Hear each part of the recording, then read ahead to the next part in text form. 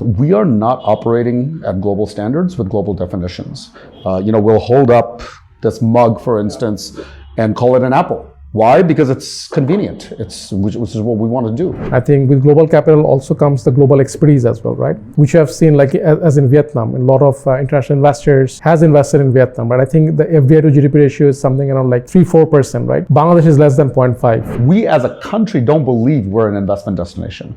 And if you don't believe that, that does not, like other people are not going to believe it. Why is DBS not looking to come into Bangladesh? It's a potentially incredible play. Look at our real estate companies. Why don't we have anybody coming in and taking in a strategic stake? Now, when I say this, I want to be very clear. I don't want foreign companies to necessarily come in and push our companies out. I want them to strategically invest. I can comfortably say some of the best potential founders are not part of the ecosystem because they are, they're at an apartment in Kilgaon making $5,000 a year working for a software company in, the UK. They don't want to engage because they feel like when they take a job here, they're treated as in a hierarchical basis rather than somebody who they can collaborate and work with. When you come to Bangladesh, we need to highlight the stuff that is unique to us. And I can talk about fuchka and chatpoti all day, kachi biryani all day. I've taken people to, Nazira Bazaar at 11 p.m. on a Thursday night who are visiting from America, and it's the best time they've ever had.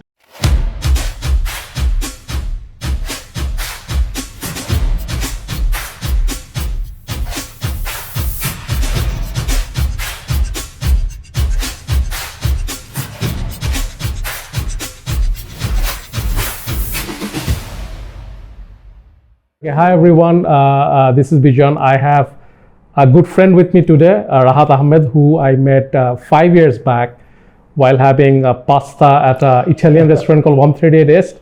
He just came back from the US and was talking about establishing a venture capital company. We got into talking. Rahat, thank you for coming. If you want to just also introduce. Yeah, absolutely. Well. So my name is Rahat Ahmed. I am the founding partner and CEO of Anchorless Bangladesh. We are a US investment firm that specializes in Bangladesh. And I think my goal in establishing this firm has been to bring in high quality international capital into Bangladesh and give a lot of international investors exposure to the growing macroeconomic story that this country has to provide. And since 2020, we've made several investments, deployed about $10 million, and along with our partners of north of $30 million now, and into companies like Batao, Shiko, AgriShift that we're very excited about, that are fundamentally changing the way people's lives are lived, and for the better, obviously. So we know that, I think when I met you almost 5 years back, one of the questions I always had that, you have worked at Prince Street Capital where you have covered Bangladesh, you have lived outside, studied in the US. Why are you even coming back? Because the trend is ulta dike. And we saw this reverse brain drain happening. So just in your own words, why did you decide to come back to Bangladesh 5 years back? I think this is the most asked question we ever get, or I ever get. I think I can kind of compartmentalize into two parts. The first part is kind of a more obvious one. I think that Bangladesh is one of the most unique opportunities remaining in the world for financial and economic upside. Because of certain inefficiencies in the market, you actually have greater opportunity. And when you look at the demographics of Bangladesh, I think there are only 3 other countries in the world that can kind of reach that. Nigeria, Egypt, and Pakistan. And I think between the 4, obviously my proximity to the country is a positive, but I also think certain systems are in place for us to actually go to that next step quite quickly. The second reason is a lot more personal one. So I was born in Bangladesh, but I moved to Texas when I was 8 years old. And I didn't grow up very Bangladeshi in the sense that, yes, we had Bangladeshis in the neighborhood, but we didn't have like an immigrant enclave like you have in, let's say, Jackson Heights in New York, etc. So you end up assimilating quite quickly. And our brand, forget Bangladeshi, South Asian brand as a whole in the 90s was not strong. The only South Asian character on television in the 90s in America was Apu from The Simpsons. So it gives you a context of how underrepresented we were. Now, moving forward into the 2000s and 2010s, obviously you have Indian representation, Pakistani representation. Along the way, I started realizing as a Bangladeshi, I didn't have much representation. I didn't have role models. I don't think I've ever had a mentor growing up that was Bangladeshi, aside from family and close family members, right? And that was a gap that I felt was really problematic. And our brand globally has not been represented as it has the potential for. And I think that is my personal reason. I want Bangladesh as a brand to be as proud as other ones, especially when you think about the fact that, forget us, we're getting old. But our children and our children's children, they should be able to walk into a restaurant or store anywhere in the world and feel proud of who they are. And I feel like that identity is not there yet. So I think it's a combination of capital and culture that we need to work on. And I feel like I'm in a privileged position to make that accelerate. No, thank you. I think it's great to hear, coming back. And I think what I like about this answer is, ekhane you have, of course, talked about national pride and culture. But you also talked about the opportunity piece of it, right? It's one of the 4 markets that you identified, right? And if I compare to like Nigeria, Egypt, and Pakistan, I think definitely Bangladesh is a part of the piece of the puzzle which should get people, interested in everything, right? So, why, just going back a bit on the personal side, I know that in your career you have worked in gaming. I know you're very interested in gaming. You have worked, I think, also in health, right? Why did you choose finance, right? Oh man, I thought I was going to do graphic design. I think the interesting thing about finance or investments, when you really think about it, is it's not really a by the numbers thing. There's a lot of creativity that goes into it. It's you're getting an open canvas, and what it should look like at the end of the day, but you need to then do the design and figure out, okay, how do you get there, right? I used to joke around when I was on the hedge fund side that half my job was undoing accountants, because the way accounting works is not always representative of a company, right? Things like depreciation, amortization often put a smokescreen on what's going on in reality. What was really interesting and fun about finance, I guess, at the end of the day, or investing more specifically, is there's trillions, hundreds of trillions of dollars in the world, right? And you're a small part of that cog globally. And I started my career in emerging markets and frontier markets, right? And what's exciting about this is, how do you get that to move to a country that nobody thinks about? And how do you change millions of people's lives? And that was so much fun for me. I love history, I love socioeconomics, and being able to do that in emerging markets was the really fun part of it. I'm glad that I think a lot of things came together, the opportunity, the passion, the understanding, and of course, I think you being Bangladeshi also kind of for a piece of the puzzle. And I think sometimes I relate to you because every time I travel outside with a Bangladeshi passport, it still gets a bit, whenever I land somewhere, they still take a look at me, oh, you're from Bangladesh, and they will take me to the side. And I think we really need to work on the country branding that, Bangladesh is definitely one of the top pieces to invest in. As you know that when you and I started talking, we looked at the startup sector at first, and I know that nowadays we're looking at more FDI in general, but I think you did launch Anchorless Bangladesh, I think, which is the only US-based VC which is focused on Bangladesh. As of right now, yes, yeah. And hopefully that will change. Yeah. You've got other people who are getting excited. One of our friends and colleagues, South Asia Tech Partners, for instance, they're still they're doing India and South Asia in general, but I think we have people in place to make that move and really focus more on the country. But yeah. Well, I'm definitely excited, and I think you have invested a lot of good companies, like AgroShift, like Loop, like Chico. So just could you also tell us a bit more about the investment thesis you followed? What kind of founders you look for? I know it sounds almost silly, but there's one question that I ask that is kind of that answers everything. Is I ask myself, can this company raise a Series B? Now, that's a very heavy question because it encompasses everything from the team to the product to unit economics to investability, and it's a very reductive question that is able to help me figure out, hey, yeah, is this investable or not? Because I think as investors, we often fool ourselves into investing in something. Is you really like the founder, you really like the business, but the reality is maybe the model doesn't work. And the thing is, we have enough evidence of certain models that do not work.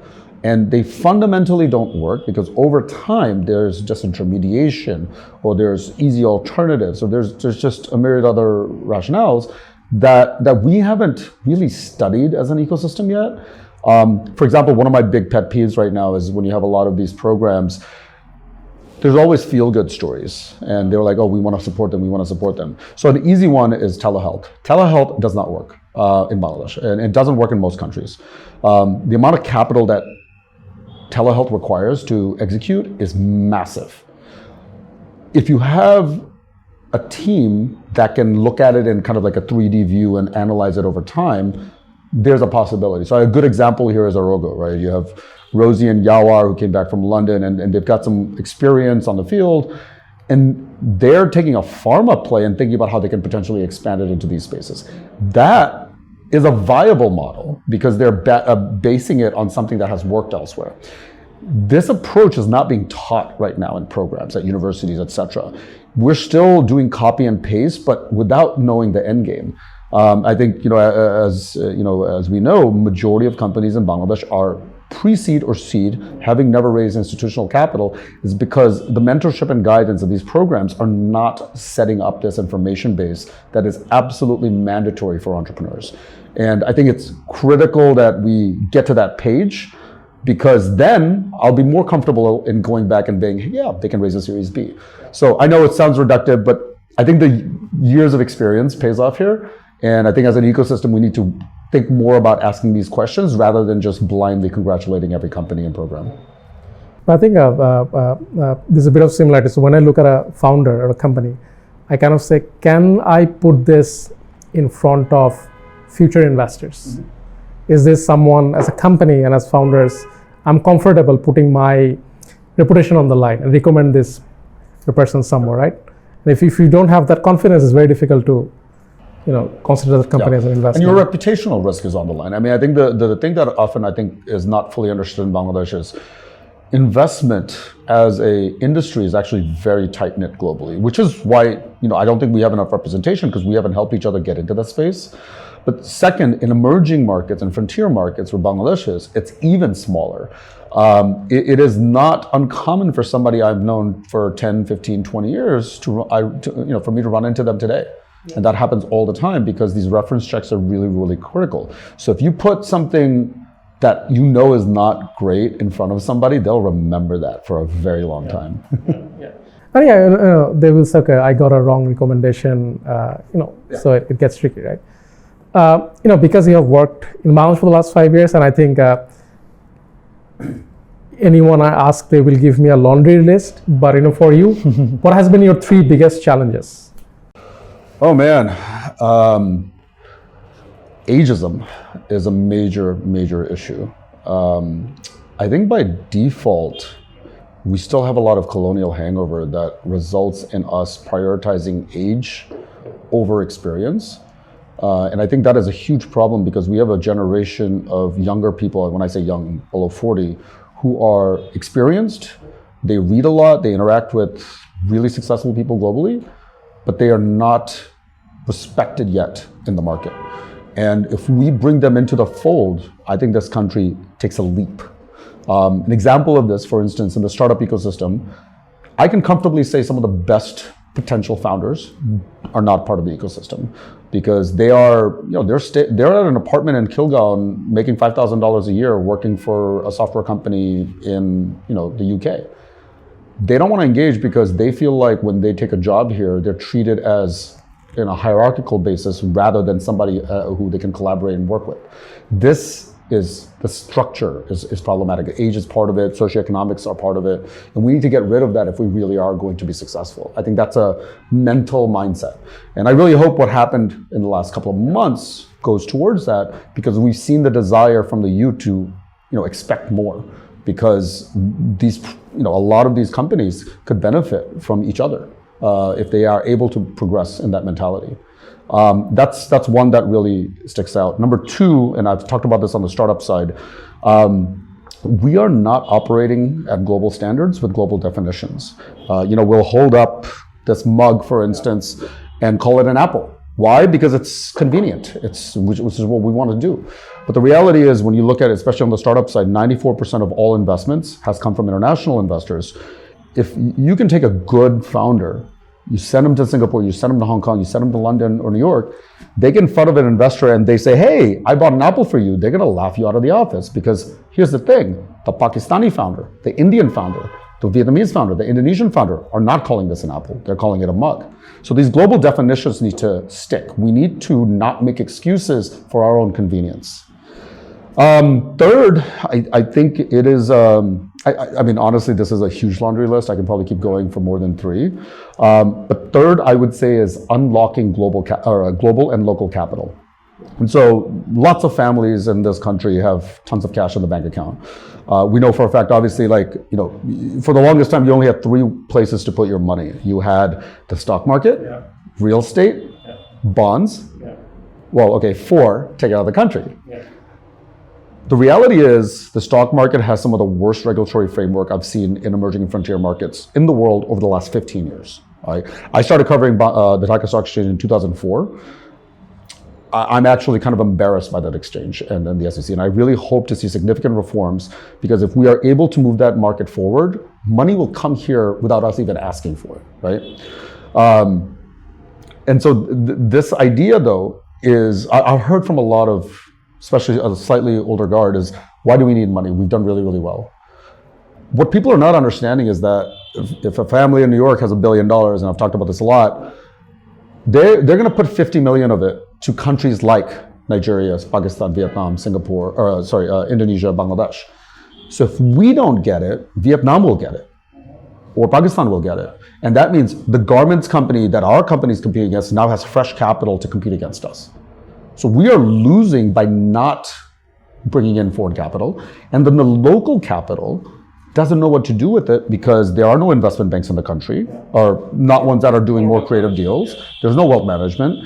And they're just sitting idle with cash. We've seen a thing historically, when Patao was launched, when some of the other companies were launched, families would just try to copy the model without realizing it's actually incredibly hard to replicate some of these models. You need deep pockets, and you need a lot of patience, and you need to be able to incentivize the management to actually solve these problems with vast layers of experience and expertise. And so I think we're getting to that point where the local capital is going to get activated, and in turn, I think you're going to have more FDI, because look, simple way to put it, locals feel more comfortable if a high quality international investor is investing, and vice versa. A foreign investor is more inclined to invest if a local family is inclined to invest. When money becomes money, right? It shows the confidence, right? Absolutely. Yeah, because sometimes I get asked by investors, right? If no one locally is also putting in money, do they not trust in the company, or do they not understand the system, right? So, I mean, I think that's where the opportunity lies.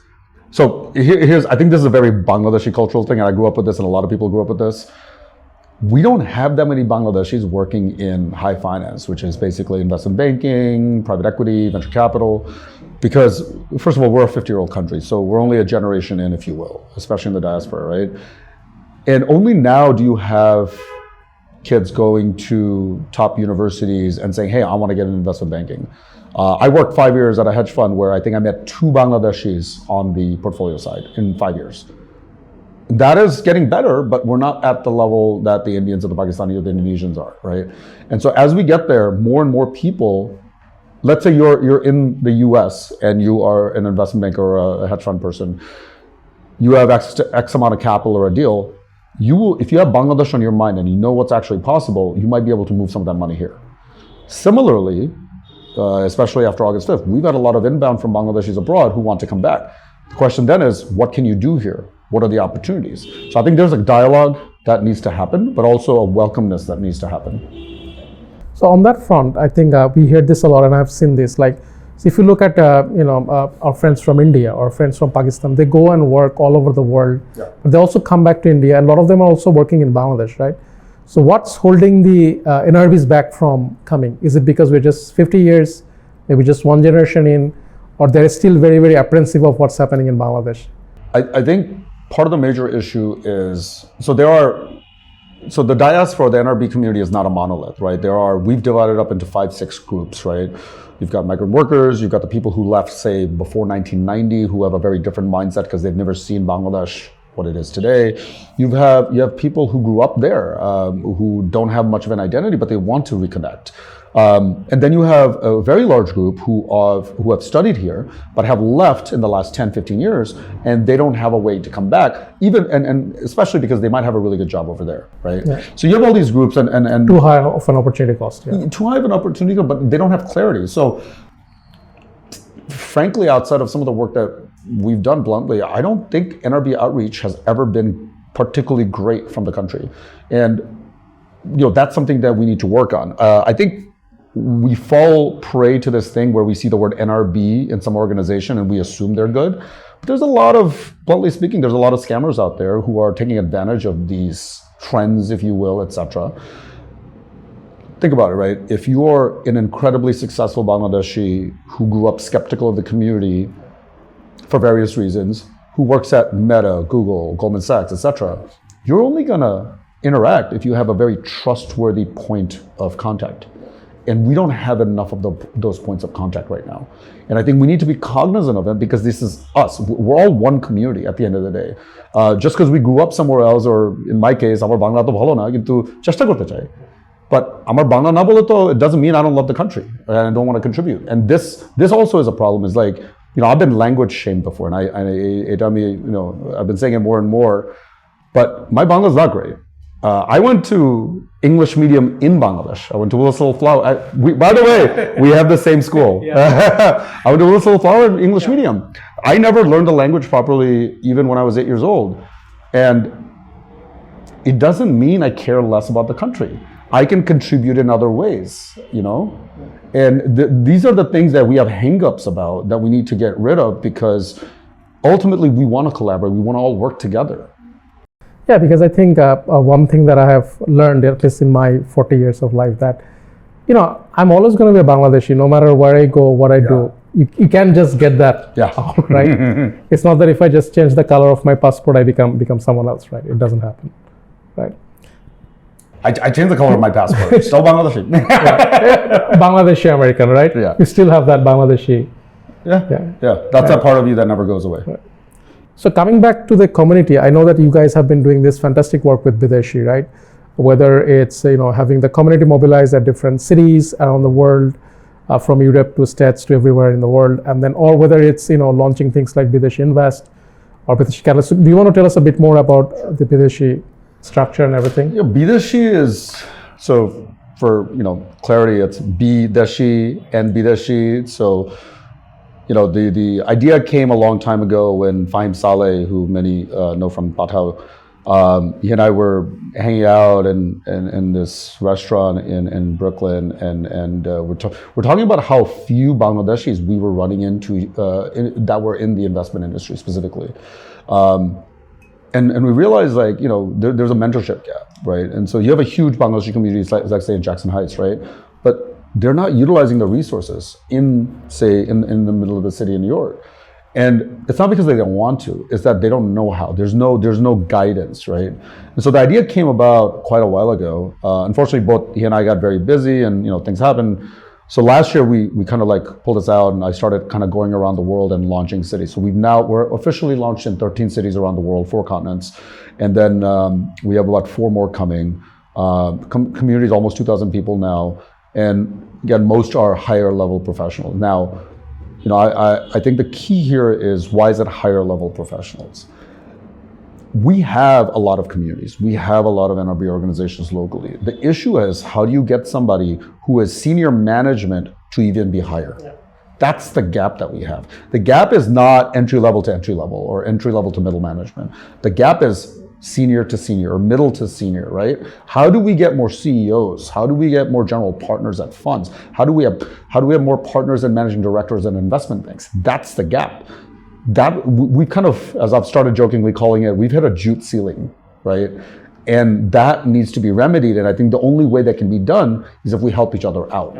And so we've been working on a few projects. One, as you just mentioned, is Bideshi Invest. It's a trustworthy way to get people in the diaspora, as well as other people who are interested, allies, etc., to invest in Bangladeshi companies. And then last week we launched Catalyst.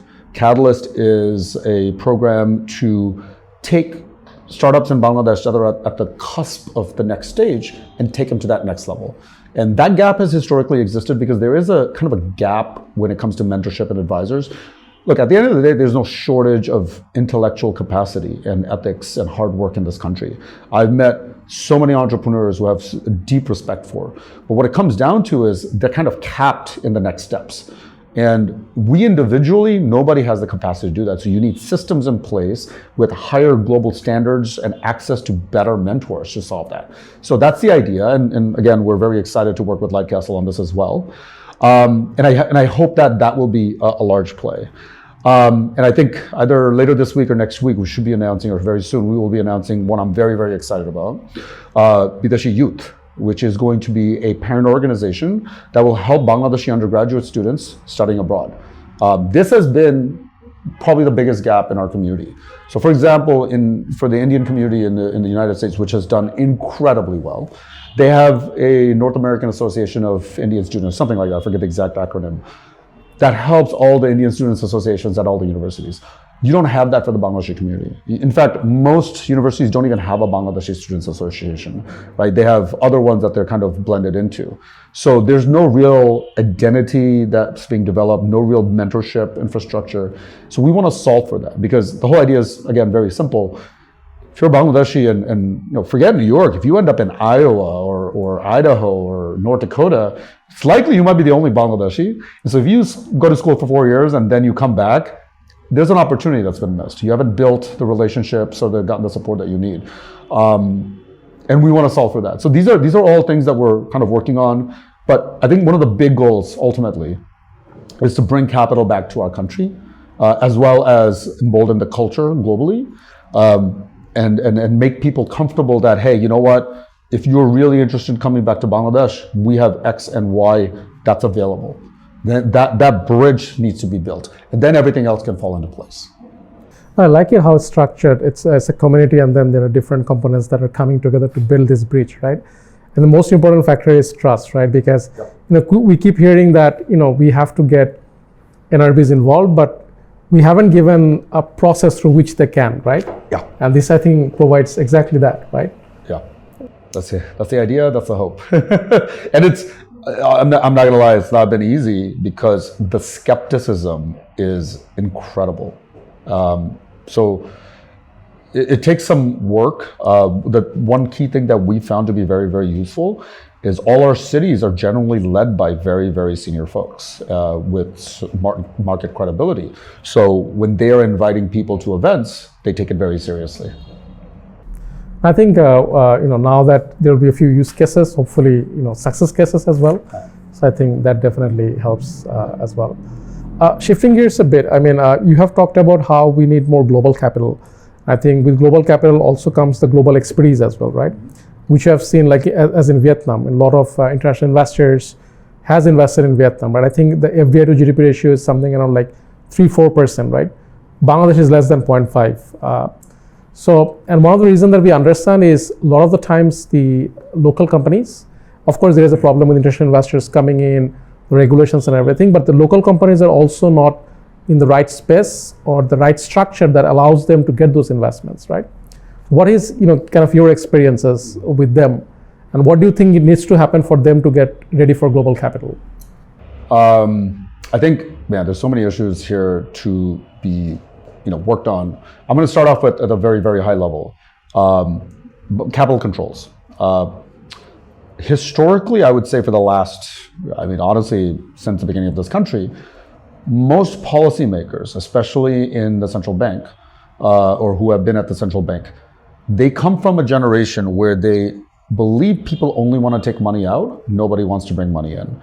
And so our policies are defensive instead of offensive. We don't believe we're we as a country don't believe we're an investment destination. And if you don't believe that does not, other people are not going to believe it, right? It's a self-confidence, except instead of one person, it's the country. The country lacks the self-confidence to put itself on the table and say, hey, this is one of the best investments in the world, right? And in my opinion, it is. In my professional opinion, it is, right? That's how, almost all of our investors are American and European for a reason, because we give them the confidence to get access to this market. So our capital control needs to also have that similar kind of mentality. A great example is Indonesia. Indonesia does not have capital controls. And the beauty is people want to invest in Indonesia. It's an incredible market, but they also don't have these hangups. Oh, is my money going to get stuck? Is it going to be some weird local law that's going to confuse me?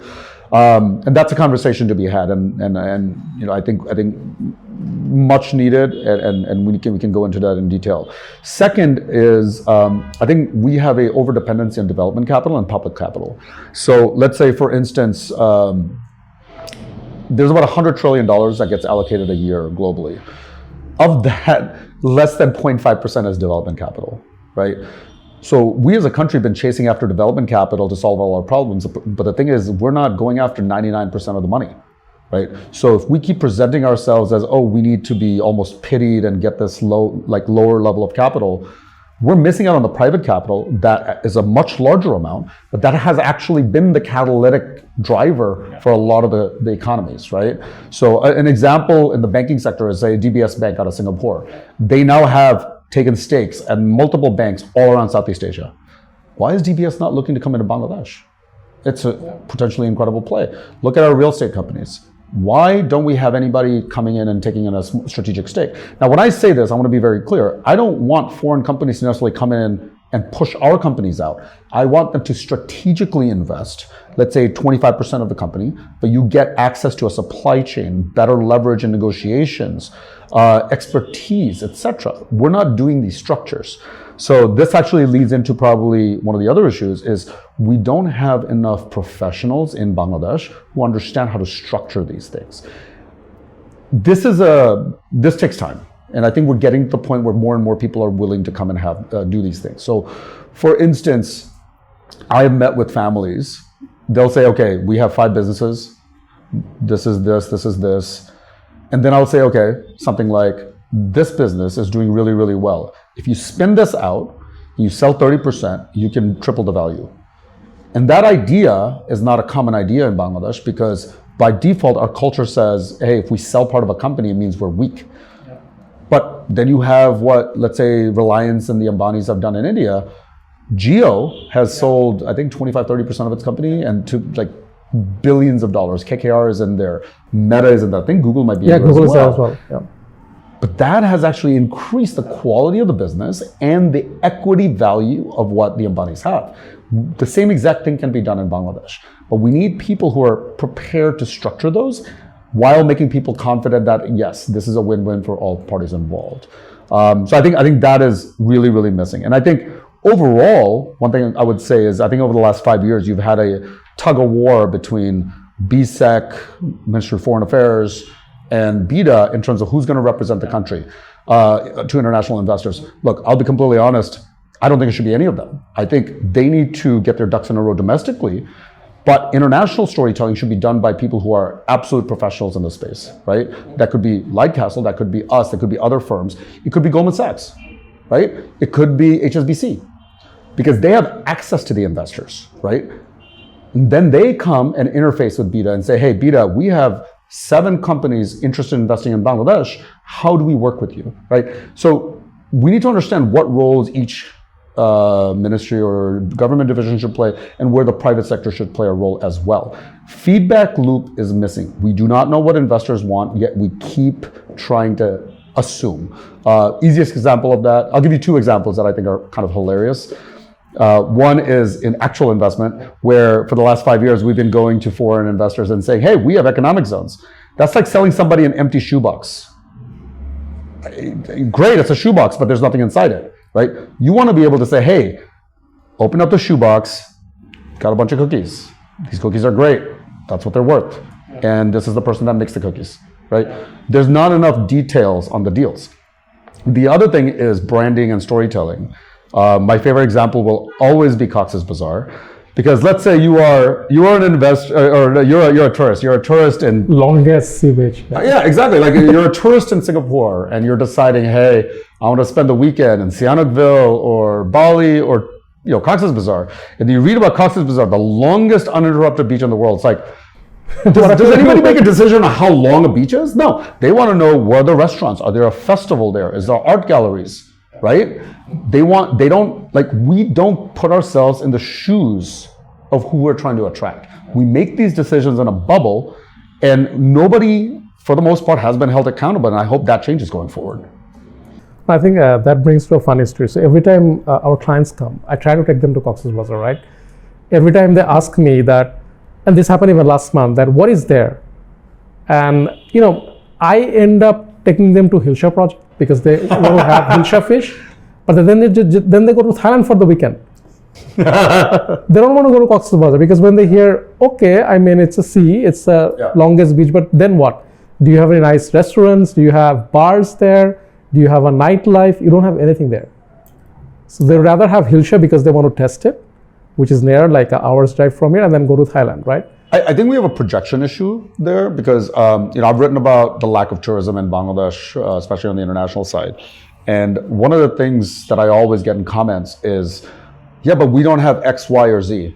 Well, you don't go to a Chinese restaurant and order, Japanese curry, right? You don't go to a Bangladeshi restaurant and try to get ramen. You go to a restaurant because you expect that cuisine. When you come to Bangladesh, we need to highlight the stuff that is unique to us, right? And I can talk about fuchka and chatpuri all day, kachi biryani all day. I've taken people to, Nazira Bazaar at 11 p.m. on a Thursday night who are visiting from America, and it's the best time they've ever had, right? Because that's why they're here. They're not here for what they can get in America. They're here for the stuff that makes us unique, right? And this kind of analogy is no different in investment. We're not trying to give them meta. We're not going to get a meta here. And that's okay, because aside from America, nobody has a meta. It's a unique company. We need to give them access to a company or an investment that they can't get anywhere else. So coming back, I mean, all these challenges and everything, have you ever felt like, this is it? I mean, why don't I just go back or go to a different country, right? Have you ever felt that? I mean, I think I'd be lying if I said I didn't. It's not the easiest place to work in, but this is contrary. Like a lot of people don't know, but I've been investing in Bangladesh since 2004. Saiful Bhai from EPL will remember me from way back in the day. Asif, who you had on, he makes fun of me because I apparently lectured at his North-South class when he was at university. So it tells you I'm a little older than I look. My first time around, I got really disheartened. I would go into meetings with MDs of banks and they wouldn't look at me, they would look at my colleague, and I was the one making the investments, right? Yeah. And my colleague and I, my ex-colleague and I, we still make fun of it because we as a country at that point very much looked upon Westerners to solve our problems. And I think now that is changing, especially the new generation of a lot of these larger families. They've come back and they know they can do better, and they know they don't have to depend on outsiders. Now, this isn't this anti-outsider thing. I think collaboration needs to exist. Everybody can work together, but we need to believe that our own people can solve these problems instead of always looking outside. And that's been an issue that I have a lot of problems with, but I think we're getting better, right? And I will say the younger generation is somewhere where I've actually gotten a lot of great engagement because they believe they are capable. And that's something that I think is incredibly promising about the country. I'm excited. And on that note, could you also give your view on the talent density? When we always hear that India being such a big country, they have more founders, more resources that you can build company. What has been your experiences in Bangladesh? It goes back to kind of what I was saying about startup founders and startups, and there is no shortage of intellectual capacity. I think we don't have enough systems in place to take entry level into middle management to senior positions. One of the main reasons is if you're really good at what you do, you're going to go abroad and never come back, right? Because we don't have enough promotion opportunities. There's not enough meritocratic movements quite often. But also, let's take an easy one, right? There is an excess now of mechanical and electrical engineers in Bangladesh. Why? Somehow we don't have a tech supply chain industry. This is a no-brainer, right? We have hundreds of Bangladeshis working at Intel, at AMD, at NVIDIA, at Apple. They all leave. That's billions of dollars that we are creating for other companies by Bangladeshi. And when I say Bangladeshis, I'm not talking about Bangladeshis who grew up in abroad. I'm talking about Buet, Ruet, Kuwait, Shahjalal, right? We are missing out on leveraging our own people to build new industries that can then fill in those gaps. So I know the talent pool is here, but we need a real 5-year strategy to solve these problems. Otherwise, we're going to continue having the brain drain. Yeah, I think on that note, I think the industry-academia linkage has been tricky. I mean, not necessarily the best of collaborators, and I think that definitely puts into it. Yes. Soft skills are missing. Yeah. Oh, yeah. And this is something I'll be very blunt and honest about. Majority of our companies that we've invested in, the CEOs are Western educated. I've written about this because and Bideshi Catalyst, by the way, the program that we just launched, it focuses on local founders, locally educated, right? Because we want to solve for that gap. But this is a result of us seeing that most locally educated entrepreneurs have not been taught communication skills or certain skills that are absolutely essential for long-term success. The quality difference between email responses between somebody who studied in Australia and somebody who studied in Bangladesh are miles apart.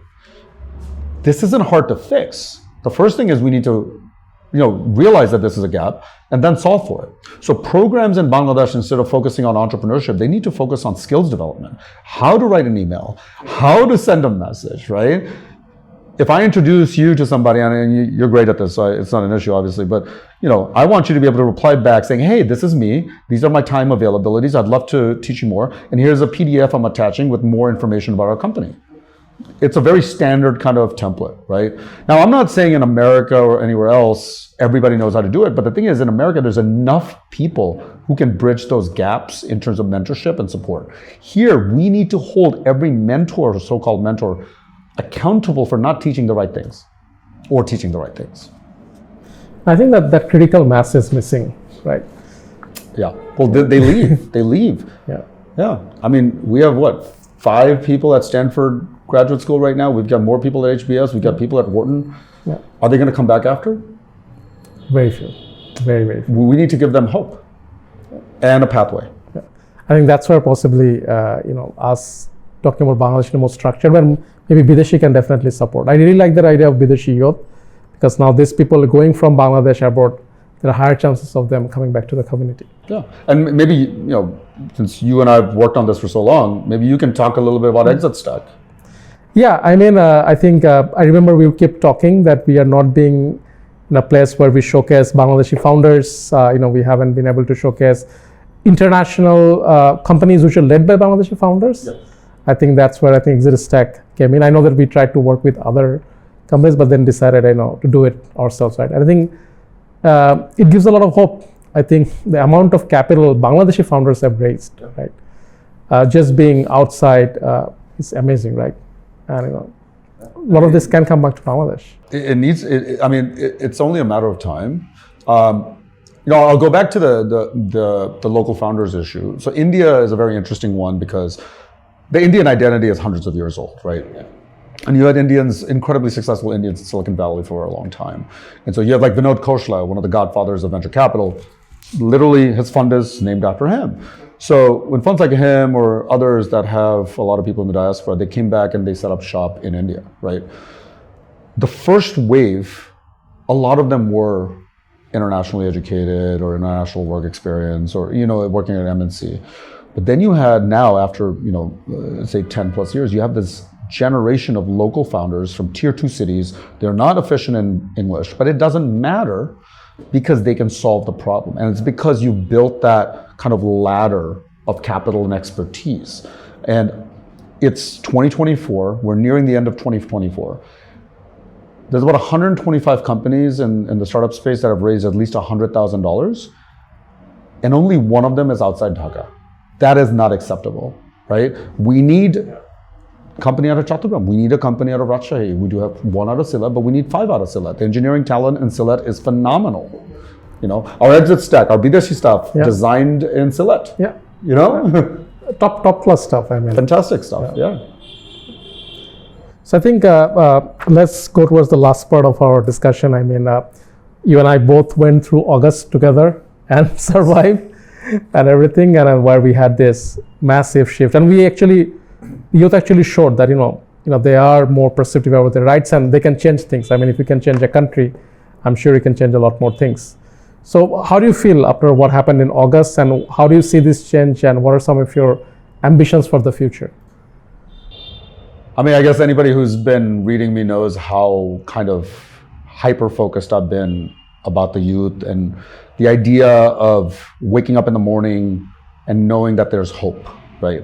Because if you don't have hope, you're not going to fight. And if you don't fight, forget, there's no economy, forget, people will leave. Then we go into this, it's a never-ending pit, right? So hope has to exist, but hope cannot exist by itself. You need actionable pathway. What I thought was most compelling is what happened in that period inspired me to work 10 times harder. And it gave, I think, the country the confidence to believe that when this generation puts their mind to it, they can do whatever they want. I feel like we're living in an alternate universe, frankly, but I'm excited for what's coming up. I think the best way to explain kind of my mindset is cautious optimism.